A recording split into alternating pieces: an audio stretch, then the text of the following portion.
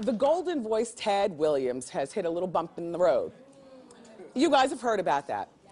Yeah, he's the homeless man who gained the fame with the voice who's put on YouTube. Where some of you thought I was a little tough on Ted earlier this week. Some of you, including my own father. So I get home from work, and my father, just because, I'll backtrack just a bit.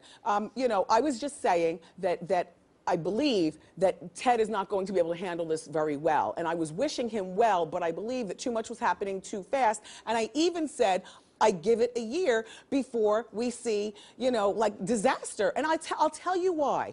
Because I personally am an ex-offender of drugs. And I know that to be homeless, and I wasn't homeless, but to be homeless and to say that you've been clean for 2 years doesn't mean anything. You're clean because you had no money. You know, you guys understand what I'm saying?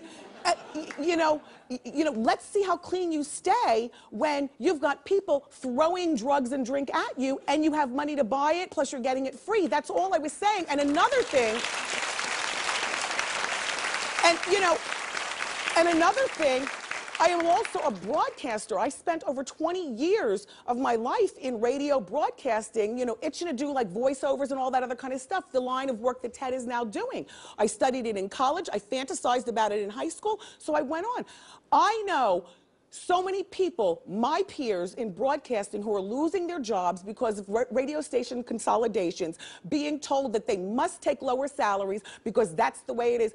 And to see Ted just skate in, I'm sorry. And I just, fair is fair, and I wish Ted well, and he does have a beautiful voice. But I know 20 million Teds with beautiful voices, and they like study to do it, and I don't know. Ted, I wish you well, but between the drugs and then me understanding broadcasting. So meanwhile, back in Jersey, my father's telling me I'm too hard on him. My mother and I are fighting against my father. My mother goes, Tom, that's why you'll never have anything. Always believing in people. And I look at her.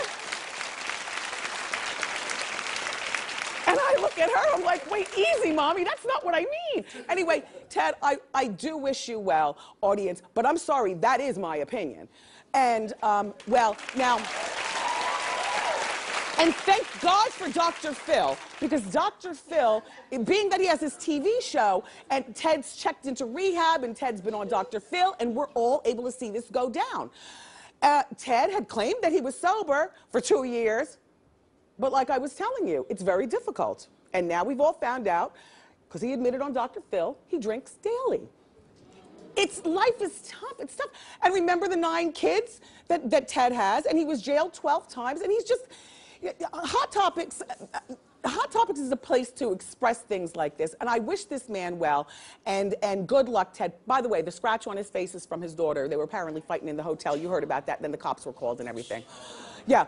I wish him well, but there.